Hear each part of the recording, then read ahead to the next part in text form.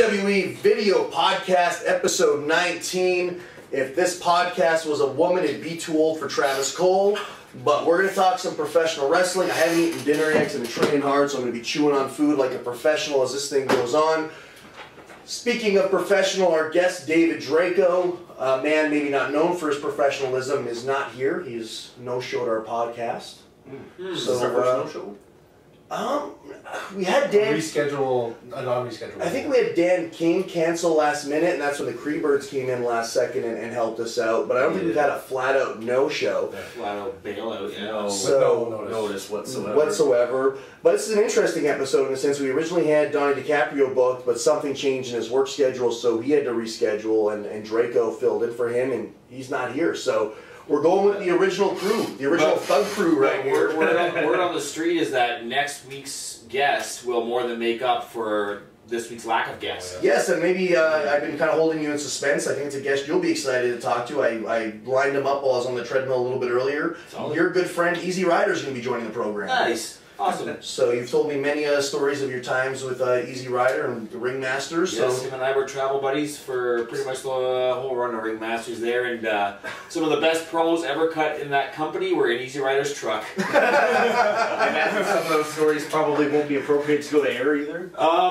No, he's a straight shooter. Yeah, he's just a straight shooter. You'll tell those stories. So we'll save him for next week. I have a bunch are just flooding the mind. Like, I would pop hard for the promos he would cut on the ride home from work and everything. Like I was like I'd see someone fuck something up in his match, or someone would just, and like since he was part owner of that company as well, or just someone would fuck something up royally at some point, be it wrestling-wise or production-wise or whatever kind of thing. I was like, oh, I can't wait to hear this promo. Do you think I'll be allowed to ask him about Sherry Martel, or is that something I'm going to have to keep on the down low?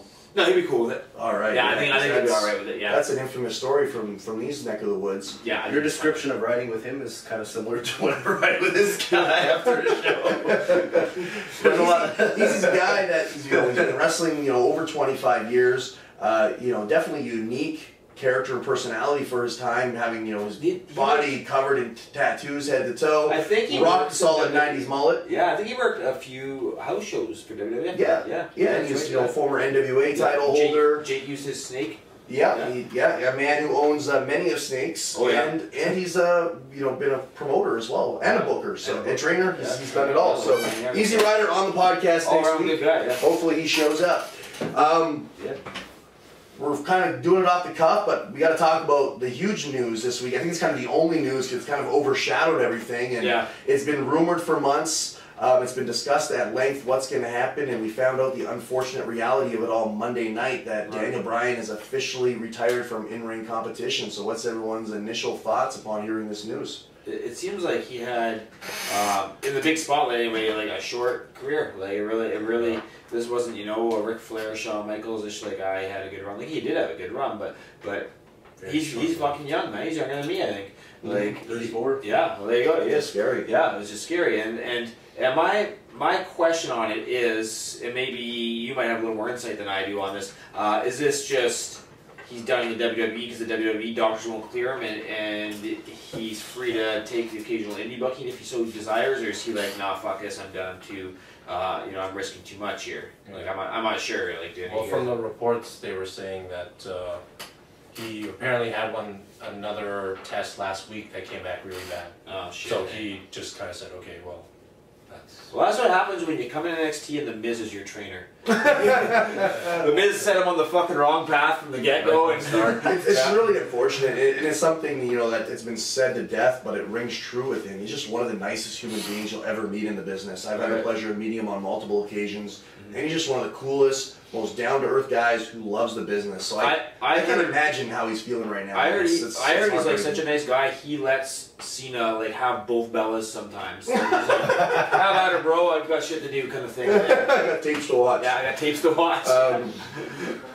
But it was rumored for a while that he had different doctors that had cleared him, but now that these tests have come back and they're saying no go, and it's just scary to think about because he's one of the guys that really pioneered the modern day indie style, especially in the early 2000s in Ring of Honor and independents across the U.S. at the time for that hard hitting style of kicking each other's heads in and working really snug. And there was a time where him and Nigel McGuinness were just really beating each other up. And I'm sure they're awesome matches. I'm sure some of those concussions are ones that have done the damage they have today. So. It's and crazy. he's also trailblazing in the sense that he broke the mold for what a WWE wrestler has to look like. Like they're still what they should, what the majority of them look like. But he defied it, and they kind of brought him in and didn't plan on doing much from the looks of it, and just he was so fucking over that they had no choice to. It was really a choice of like, I don't like this guy's look.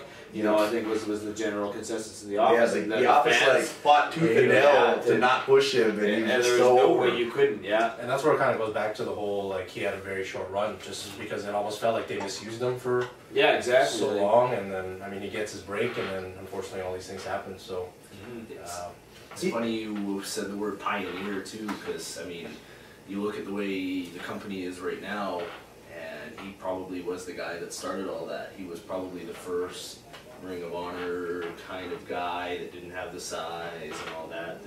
Punk guy. He was 6'1". Yeah, he's bigger. He wasn't too bad, but not a prototypical. No, he really has when you look at it, because he was in that first main event for Ring of Honor when they started in 2002. It was Christopher Daniels, Low Key, and Daniel Bryan. Daniel Bryan. Bryan Danielson. He gets that all the time. And he really put that company on the map. The matches he had the first couple of years in that company were amazing. And they really changed how the independents were for a long period of time, because that became the new standard and expectation of independent wrestling main events. So he really helped take Ring of Honor from a company just starting to where it is today with a lot of those. And then he comes to WWE and he's got all his opposers that say, he's not a WWE guy, and sticking to his guns. Never really changing the way he worked. Never getting much bigger than he was when he was on the independents. He stayed true to who he was inside the ring, and it wasn't like Billy Kidman who got all geezed up in there. So it's just a testament to how passionate he is about the business and that it factor. You can't deny it. You can be told you're too small. You can be told you don't have enough tan, whatever the case may be. And he took that and he threw it out the window, and it's really opened the doors, because since he was on top, look at how many guys are working on top now that are similar in size that you never would have ever thought would have an opportunity there. So he's really kind of changed the game for a lot of guys. Not just size, but look too. Was it the last house show or the house show before that? I think it was Dean Ambrose and Bray Wyatt were working, and it's like, do you ever think that this would be the main event of any show? Two guys in fucking jeans and trousers. I was just gonna say you sit with Jeff Wallace and I can hear his fucking voice now for sure. Yeah. And the thing is, he really enjoys the guy, so it's not him shortcoming. But I remember him saying, and I quote something along the lines of, Jesus Christ, Vince McMahon is probably sitting there watching his main event, and both guys are in jeans and t-shirts, and he's thinking, what the hell is going on in my company? What the hell's going on out here? Yeah, and there's a place for a couple, a guy or two if it suits their gimmick, like that. You can't just have guys doing it because they're fucking broke and can't afford gear, right? That's it. But we talk about him being a pioneer, and I wrote about it today on my Facebook, and I actually sent him that message personally. He's somebody that has a very important piece in CWE history, as he main evented the first ever CWE event, January 23rd, 2009. And truth be told, he wasn't actually my original guy for that first show. I wanted to book him for my second event, and I wanted my first show to be headlined by Nigel McGuinness because he was the Ring of Honor World Champion at the time. So I thought that'd be a good show out the gate. Let's do that, and let's follow up with Bryan Danielson. Sure, yeah. Unfortunately, the schedules didn't work out, and they were available opposite of that. Then we ended up getting him on the first show, and here we are today in that match. I wrote about it as well, and I've been very critical of that first show compared to all the other shows we ran. We packed the place. It was full. There was great excitement for him being there. But the guys didn't deliver on the undercard, I felt. I felt that everybody came up short. It just wasn't clicking. Yeah. And I thought the undercard was a complete flop. And I was very frustrated and I was, very upset as the night was going on. Who did you work on the undercard? I worked Kerry Brown. Oh, that's right. That was his last match. Yeah, that's right. And just overall, it didn't click. It just didn't have that flow. Yeah. And I remember just being really stressed out. We invested a lot of time, a lot of money into the show, and it just wasn't what I hoped it to be. And I knew it wasn't going to be reviewed very well. And I finally, had an opportunity. The night was almost done. I took a seat and I was like, well, I'm just going to sit down and enjoy this match. Right. And I remember that completely changed my mood because the match she had with Mental was one of the best matches to this day I have ever seen live. The climax of that match and the anticipation they built throughout of it was magic. Yeah. And it really turned the ship around for us. What could have been an awful first outing and people probably wouldn't have gave us a chance again. I think completely changed the tune of everybody in the building, and it really opened people's eyes to go, who are these Ring of Honor guys? Yeah. They're really good. Because we had a lot of criticism in the first few months of booking guys that the mainstream audience didn't know. Right. And thanks to Bryan Danielson going out there and having that main event he did, Yeah. when we brought in the Nigel McGuinness's, the Claudio Castagnolis, the Briscoe brothers, people didn't know who they were, but they knew by bringing in somebody that had that ROH tag attached to them, they were going to get incredible main events they wouldn't forget. So he really helped set the tone for CWE in its first year. So super cool dude. I remember picking him up at the airport like 3 in the morning the night before, and he was living in Las Vegas at the time, and he had no idea what he was getting into with the Winnipeg winter. So he showed up with like a sweater on, and it was like legitimately minus 45 or something like that. And he's like, what in the world did I get myself into? As I drove him to a Salisbury house, of all things. Very Winnipeg thing to do at 3 in the morning. Do you have a nip? Yeah, and he was just awesome, just a great guy. And I ended up running into him, I think it was maybe 2-3 years later, after he got fired from WWE when they were doing that Nexus spot, when he got fired for the Thai thing. Yeah. So he got fired, so he was doing some independents. He was doing Dragon Gate at the time and other independent bookings, and then he came back as a surprise and won the U.S. title. But he still had some independent dates, so the time I did my Dragon Gate tryout, he was there as U.S. champion, and I was traveling with Jimmy Jacobs, who helped get me it. Right. And he was a super cool dude. We ended up staying with him because if you work on one of those shows, there's like 10 guys in a hotel room all crammed in and packed. But being who he was, he had his own hotel room, and being friends with Jimmy, offered Jimmy and me a spot in his room, so we roomed with him and went for dinner. He, got the U.S. title. He picked up the tab to say thanks for booking him that one time. And just like a super cool guy, like just really humble and appreciative. And just an awesome thing he didn't have to do. We had to drive around 3 hours to find a vegan restaurant in Chicago because he was eating vegan at the time. But just a super cool dude. So it's just really unfortunate. And I'm curious to see, we've talked about this many times, how this changes professional wrestling moving forward. Because he's one of those guys from that time. And there's been many others like him that had that head trauma. So how much longer is it going to be till we see other guys popping up with these same issues? Yeah, the CTE. It's not to stray too much from that. I just heard a thing yesterday or the day before on the radio about the whole head trauma thing, and that's OJ's case now. Oh fuck, I had head trauma. Really? Yeah.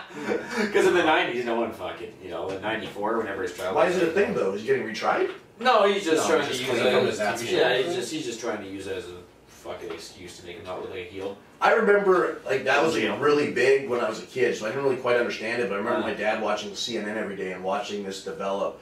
He did it, right? He just kind of got off because he basically wrote a book after he got off saying how he did it. A fictionalized version of what I would have done if I had done it. That's really? But because he's already been tried, they can't go back. It's double jeopardy, Even if they find new substantial evidence, there's no way out. Once you've been found. But he's in jail for kidnapping and breaking and entering. That said, you got to be a little careful because there's always different crimes they can charge you with. They can't say, oh, well, you got off murder once, we'll charge you with two. Civil suit, they can't do anything like that. And the family of the victim sued him after. But if he came out successful, they were. Yeah. Really? Yeah. Oh yeah. So if he were to come out though and blatantly, flat out say, yeah, I did it, haha, I got away with it, could he not be charged for lying in court? I would imagine. I would imagine then if you were that. No, because you don't have to incriminate yourself. But you're allowed to lie in court if you're to avoid I believe it's the same thing. Like if you're flat, if my husband, like husband and wife, a wife doesn't have to incriminate her husband, so she can't be charged with perjury. I believe is how it works. Don't quote me on that, but the rule is that you are allowed to not lie. And that means, like, when you say I'm taking the Fifth Amendment, it means I'm not allowed, I have the right to not say something that will incriminate me, which means you don't have to lie. In fact, the star witness in the OJ trial, the thing that sealed it for him to be found not guilty, did indeed invoke the Fifth after saying some incredibly prejudicial things prior to the investigation. And so, yeah, invoking the Fifth means I'm not going to lie to you, but I'm not going to say anything. Basically, exactly. Yeah. So if you're being charged for murder and it's pretty clear you did it, you don't have to answer anything. If you don't want to, you have the right to remain silent. Hey, you don't have to say anything ever.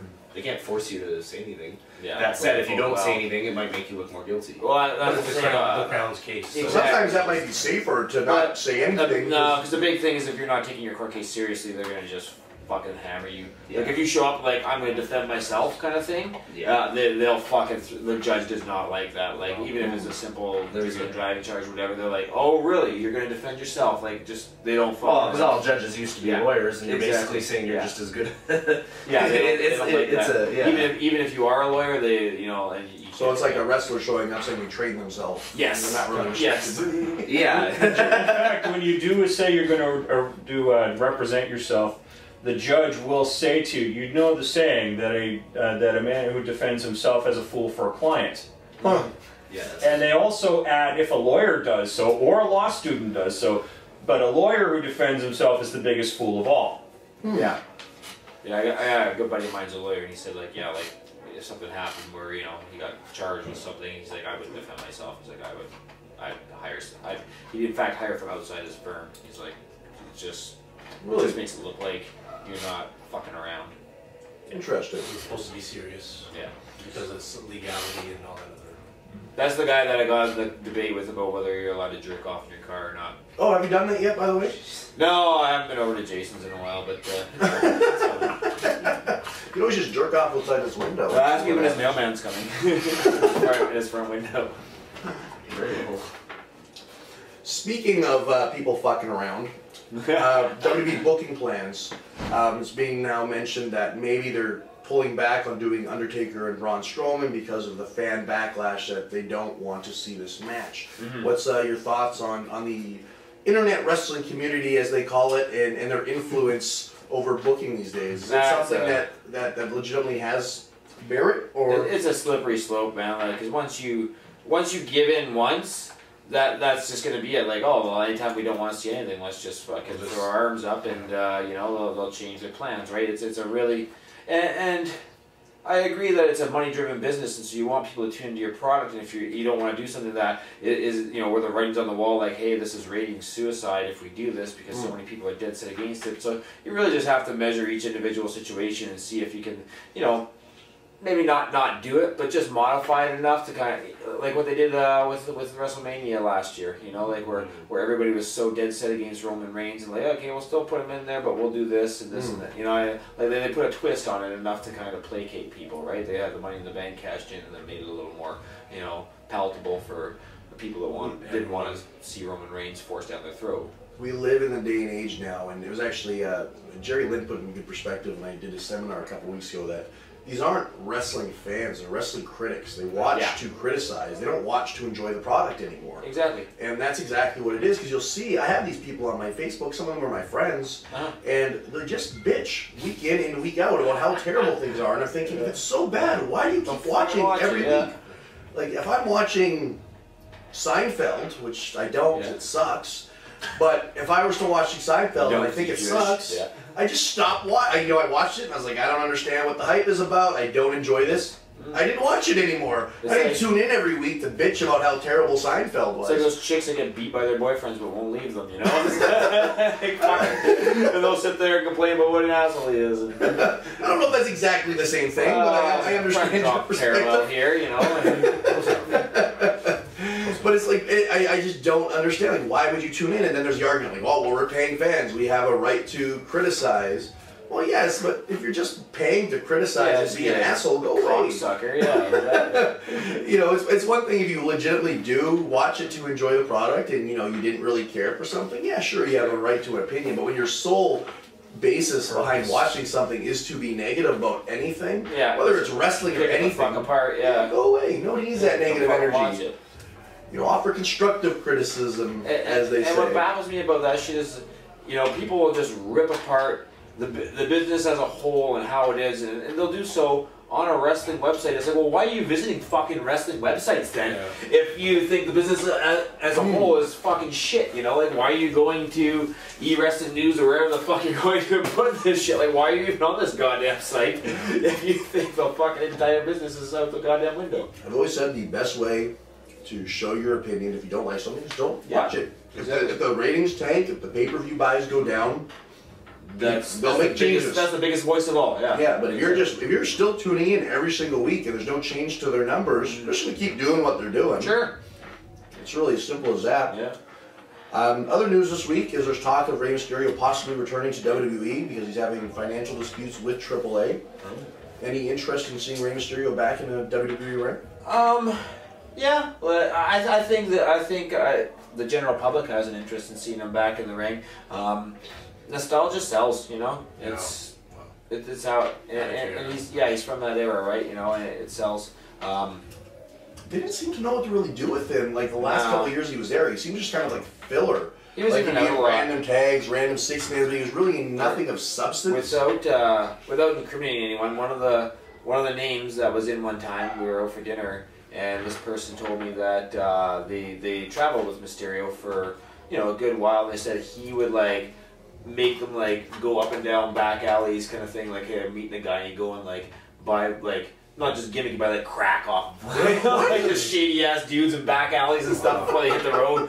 This person was like, oh yeah, like he's got like a serious, and this was right around the time that he was terminating his contract with WWE, and this person was saying to me like, I think this might have something to do with it, kind of thing, because he, you know, a couple of years ago he had a serious problem, and you know usually it doesn't get better, usually gets worse. I assumed it was because he was injury prone, like he seemed to be getting hurt. Like every time he'd come back, he'd start to pull the trigger a little bit, and then he'd get hurt, come back, get hurt.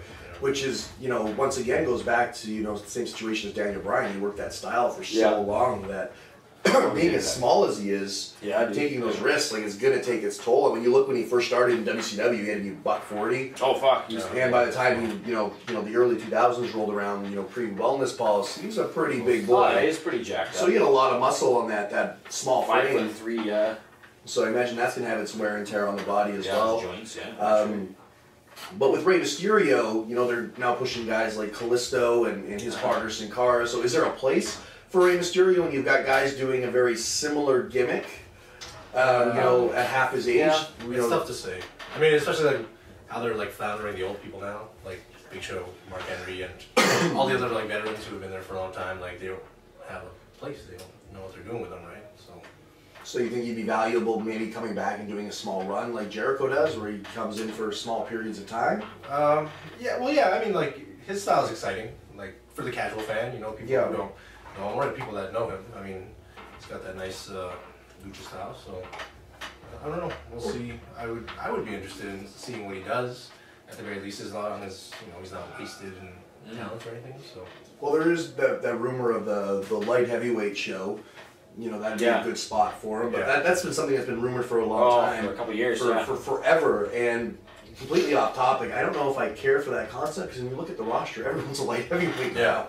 If they have a heavyweight division... But I think it would be more, they would just do like exclusively kind of like high flyer style. Yeah, very, I think I don't know if this is still what they're looking at, but the plan at one point was to have it very, very G-rated, very, like almost like Saturday morning cartoon type dialogue in it, and like very, you know, young child friendly. Right. Not that it's an adult product right now, but even dulled down even more. Yeah, even more so. I saw a report too that it'd be kind of like a cruiserweight style show, and they'd bring in some indie darlings to like, sprinkle in once in a while as well. But I'm like, that's kind of what NXT is. So I don't really know if there's a need for another brand per se. Well, that was the whole gimmick when they brought why they brought Mentolo down there that time, and Ricochet and all those guys was because they were sizing them all up for that. Right. Well, we got to size up commercial time here. I'm getting the cue, so we're going to go to commercial break, and we're going to do some improv with this wonderful little black binder I was presented not too long ago. We'll be back.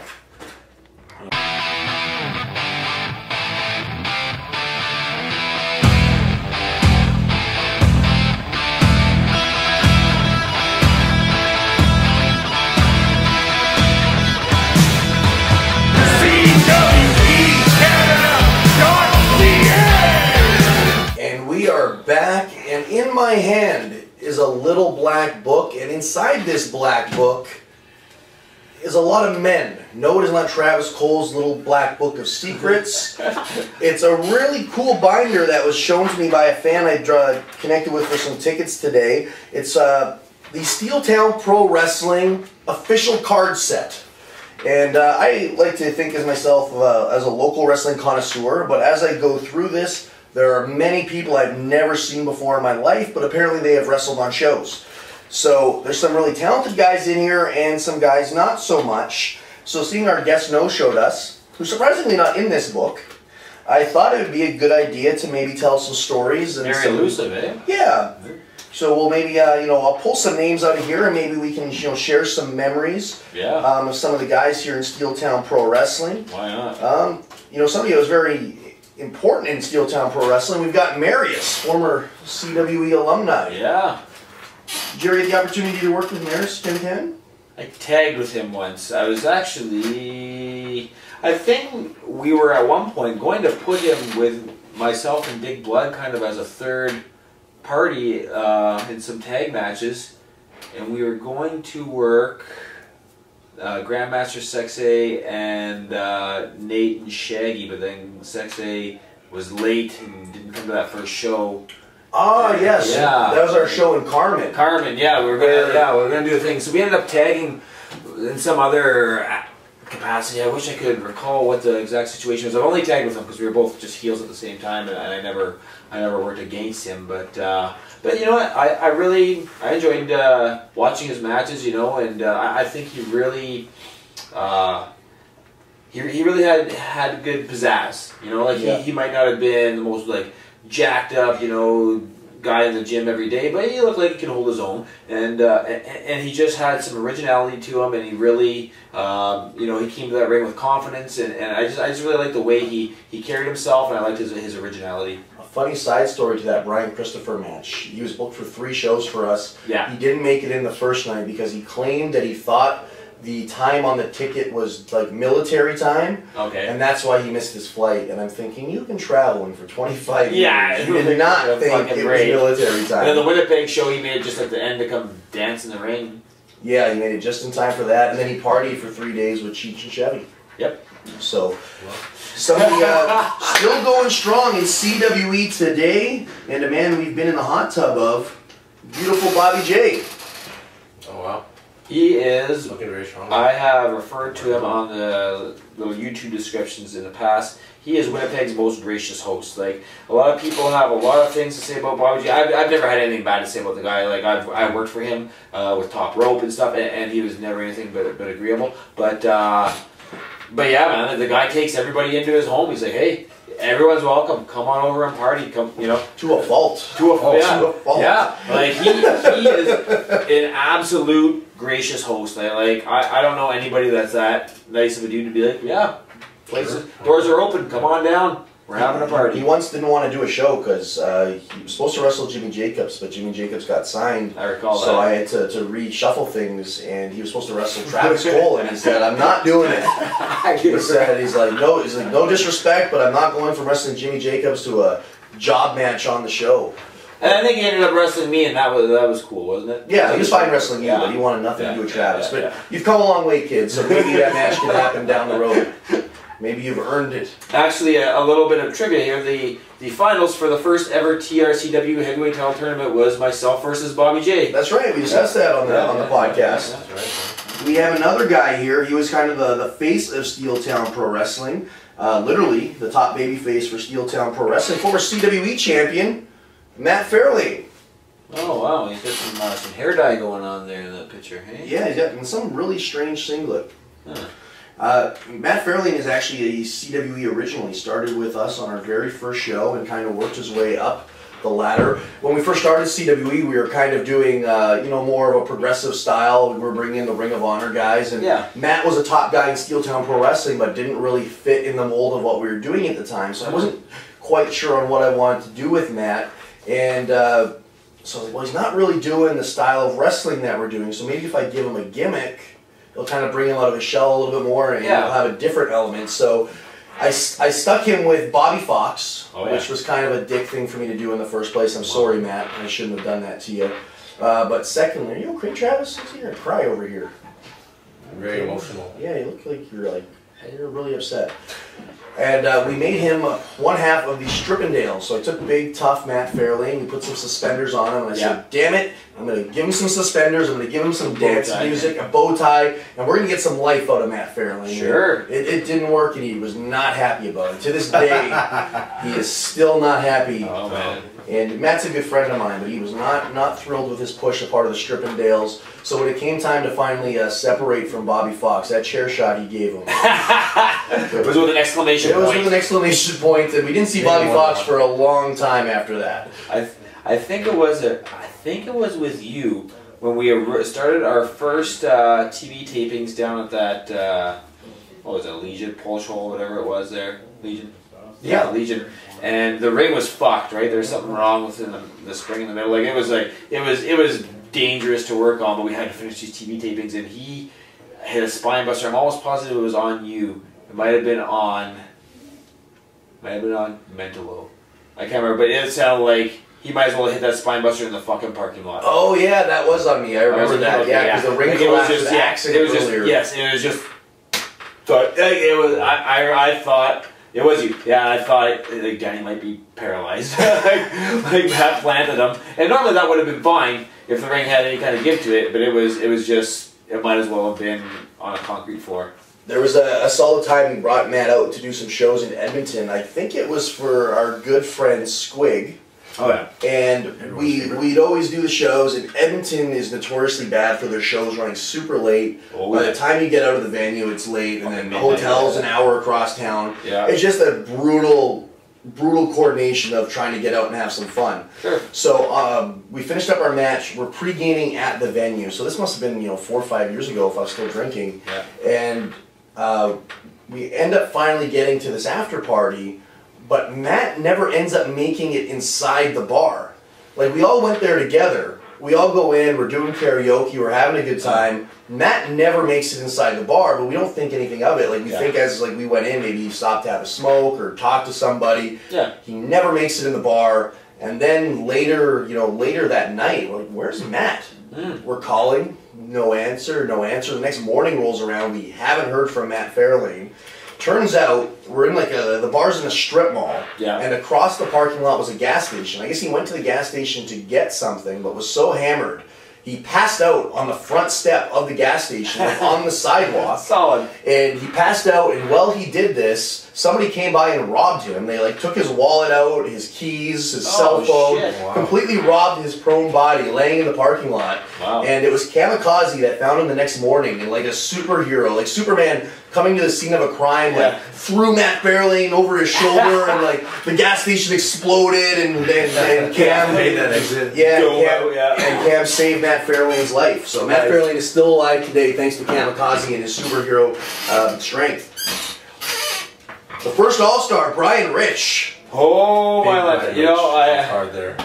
One of my favorite people to call matches of was Brian Rich, because it was okay to say whatever the fuck you wanted about him, and I could just Didn't he used to get hot at you and like contact you? Yeah, he would text me on like, commentary. yeah, did you bury me for a reason? I'm like, yeah, but you're a commentator. You're a babyface worker. Like, fuck, that's how it goes, man. Got a couple solid Bryan Rich stories. Apparently, he's back in the business. What? Apparently, he returned to action for Ringside Wrestling, which is ran by Jumpin' Joe. He returned. Oh, in Saskatchewan. Yeah, he did a show in Estevan, Saskatchewan this week. Right, yeah. Well, he lives in Brandon, does he not? He lives in Brandon, and Shaggy told me that Bryan Rich was on the card as well, and apologized for some of his behavior earlier in his career.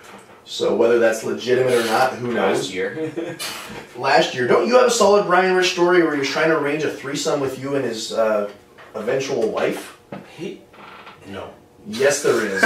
he tried to book an orgy with Chris Masters. I'm not even bullshitting. We were like, so the whole time when Masters was in, we were hanging out, like I just gave him a ride from the airport, we just got to chatting, and we're like, alright, just ride with me, man, like we had a lot in common, we had a lot to laugh about, and whatever the fuck else, eh? So we went to, where's the after party there by the old Rendezvous, what's that bar? Club St. B. St. B, yeah, we went to Club St. B there, and so whatever, there were some girls there that were friends with Bryan Rich's then fiance, now wife, and one or two of them were chatting up Masters, and then, and he had the hotel to himself that night, the room to himself. He didn't have to share it with the Edmonton boys for whatever reason. They were just crashing somewhere else or whatever kind of thing. So he said, all right, well, let's work on getting one or two, one at least of these girls back in the room. Like, yeah, absolutely, bro. No problem. Kind of thing, right? And then, so Bryan Rich kind of like drags his wife and these girls away. Okay, yeah, we gotta go. Come on, are you coming? We're leaving. It's like, dude. And then, so he gets in the car, and we're like, well, whatever, just give him a call and be like, hey, man, just see if that chick wants to come by, because there's one in particular he was talking to. He's like, see if that chick wants to come by, kind of thing. And then, so I give him a shout, and I'm like, hey, yeah, Chris wants to know if you just want to check with her, if she wants to, come to the hotel there, down at Pole Park, blah, blah, blah, blah. And he's like, yeah, that's cool, but it would have to be like a group thing. Those are his exact words. And it's just kind of like, what do you mean? Like it'd have to be, like a group thing. Like all of us would have to be involved. And I'm just, I'm fucking giving you this quote word for word. I'm not fucking exaggerating at all. And so I, kind of put my hand over the mouth of the phone. I run this by Chris. I'm like, I'm 99% sure he's trying to book an orgy here, and he said it had to be a group thing. He's just like, well, then no dice. He's like, I'm not that hard up for sex. I'll go without. That's very similar to your story. Why are you sharing your story? I don't know what you're talking about. His was a lot better anyway. I don't know what you're talking about. Bryan Rich also tried to have sex with Travis Cole. But Travis is being shy and doesn't want to tell it. There's we could probably do a whole podcast on Bryan Rich stories. Sure, yeah. There really is so many. I'm trying to think of some off the top of my head. The Rick Matthews incident. Oh, where you got into a shoot with him at the Polish Hall. Yeah, fuck yeah. That was Bryan Rich is notoriously afraid to be taken off his feet. If you ever watch his matches, he's terrified. Anytime he goes up in the air, he's really scared and tightens up, which makes things a lot worse. So he's wrestling Rick, who is, I think, doing his, the Rick Matthews driver, which is the guy goes for a flying head scissors.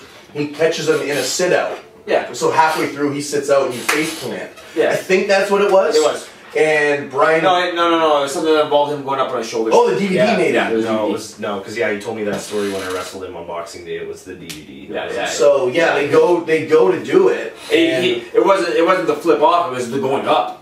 He wouldn't even go up for him on his shoulders. Yeah. Is that what it was? He was fighting him the whole way? Yeah, fighting him up. So either way, a shoot ensues between the two of them in the ring of sorts. Yeah. It gets figured out. I'm in the locker room. I didn't even know this was going on. I hear him had to go downstairs there. I hear Rick losing his mind on the way down. Yeah. He's freaking out, and Bryan Rich follows, and Rick's trying to fight him. It's like Rick is mad. He's pounding walls. He headbutted the wall. Yeah, the locker of the wall. Busted himself open. He's bleeding. Hardway himself. So Bryan Rich is hot, saying I didn't want to take it because you're drunk, and then a shoot ensues of sorts, and Rick would have killed him. Yeah, Rick would have murdered him. Oh, absolutely. But the boys break it up. But it was shortly after that, Bryan Rich moved to Saskatchewan. Yeah. And I went and did a show out there for cash, and a couple of the boys pulled me aside. And they were like, so what's the story of Bryan Rich beating up Rick Matthews? I'm like, what? He's like, yeah, he just did a show for us last week, and he was telling us that he beat up Rick Matthews in the locker room. So I call up Rick to stir the pot. Oh, yeah. Did you know that Bryan Rich beat you up last week? and Rick loses his mind. And, right after that, we did those shows for Tony. Me, Dick Flood, yourself, and Rick Matthews drove together, and that came up then too. And Rick was just kind of fucking provoked too.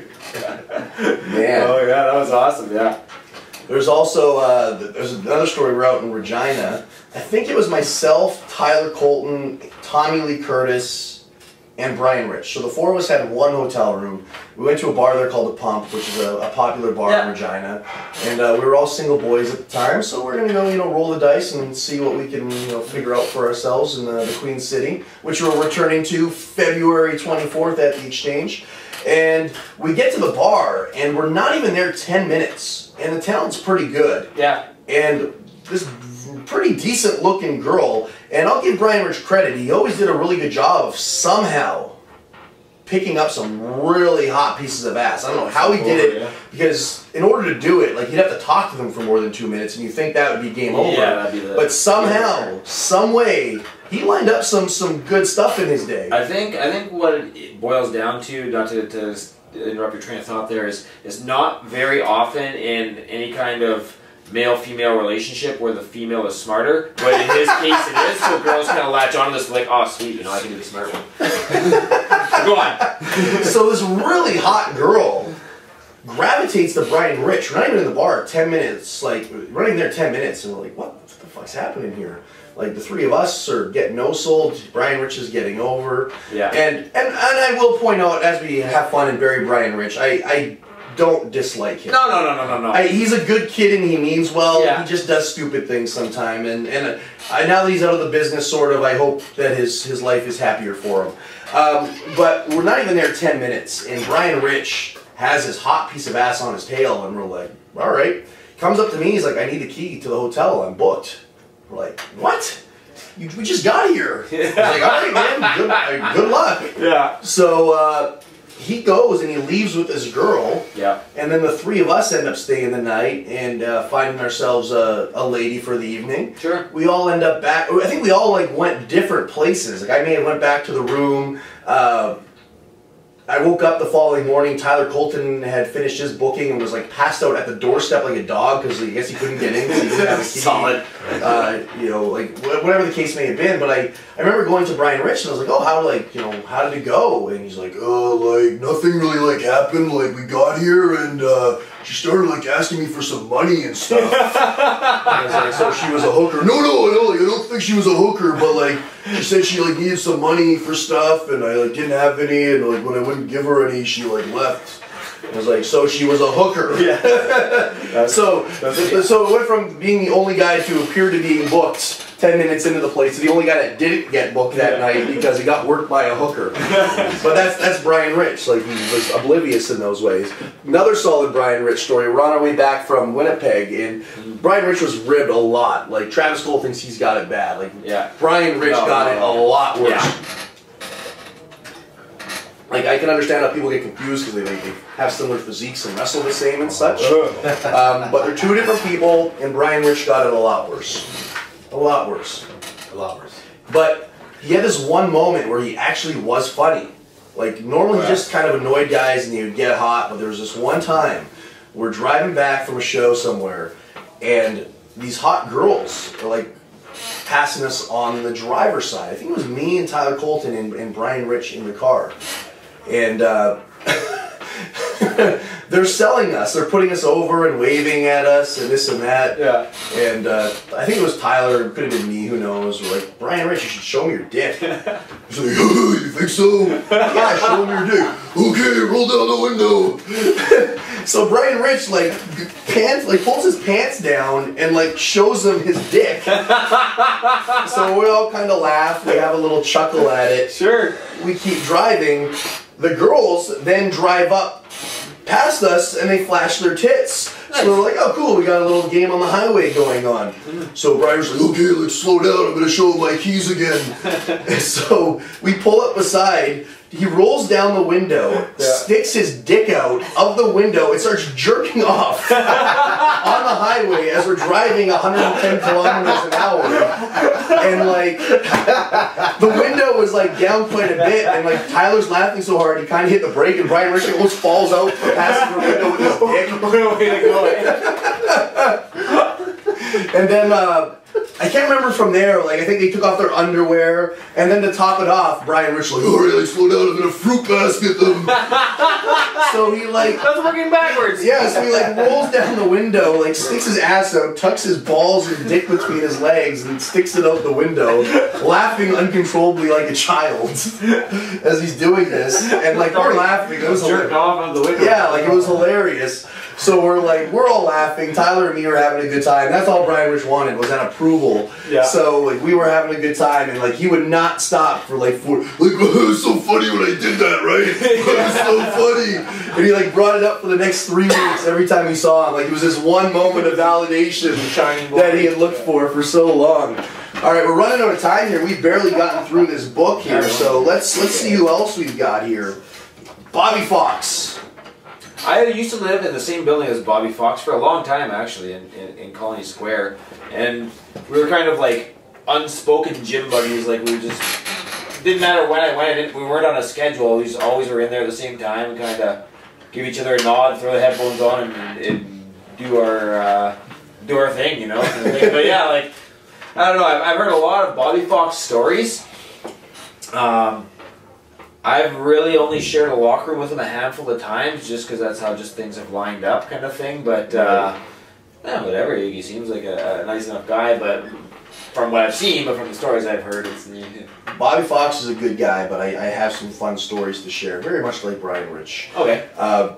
So Gordy, he trained with Divine like at the end of the AWE run. Yeah. And when he came to class, he was like the quietest, like most respectful kid. Yeah.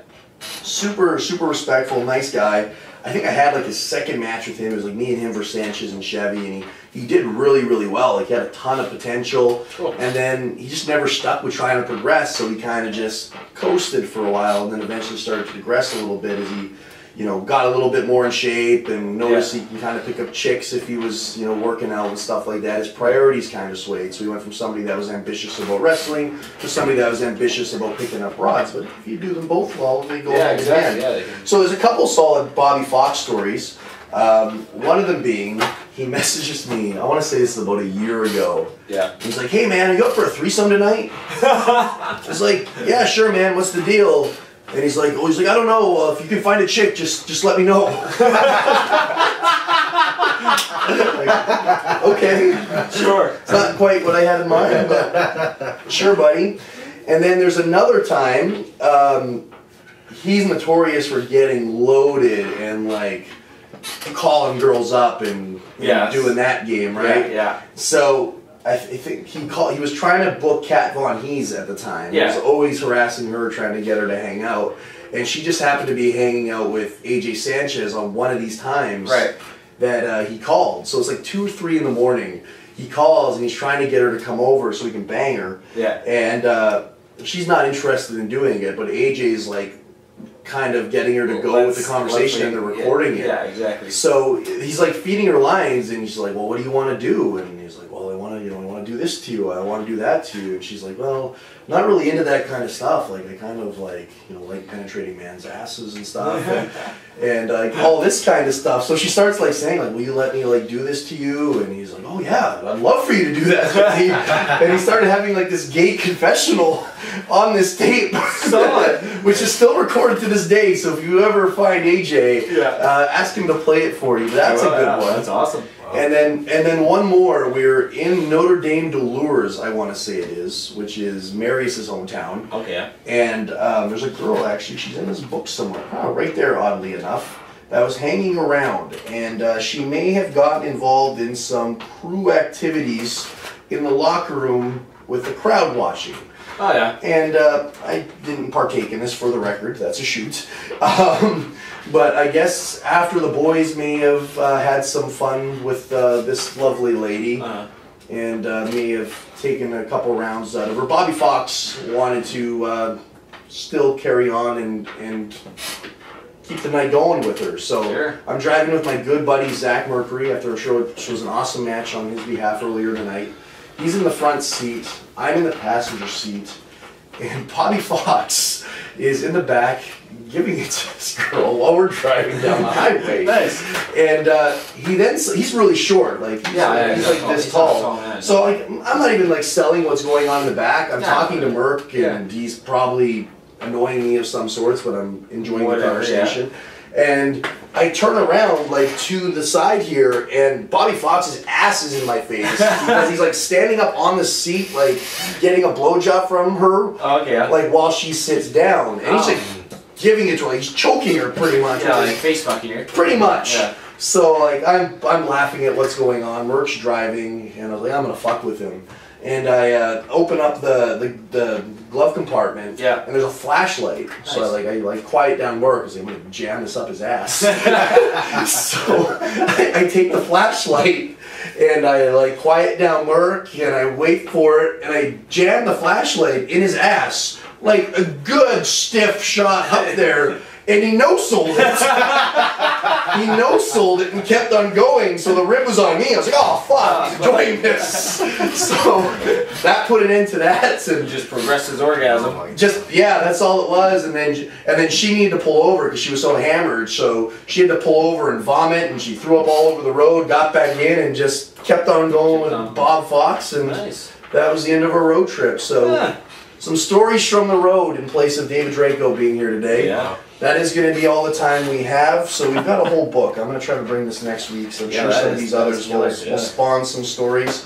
So if there's anyone specific from Steeltown Pro Wrestling you would like to hear a good road story from, feel free to drop us a line at CWE Canada, and we'll make sure to share some fun. All right, boys, we'll be back next week, and we'll be back with Easy Rider. Oh, yeah. All right.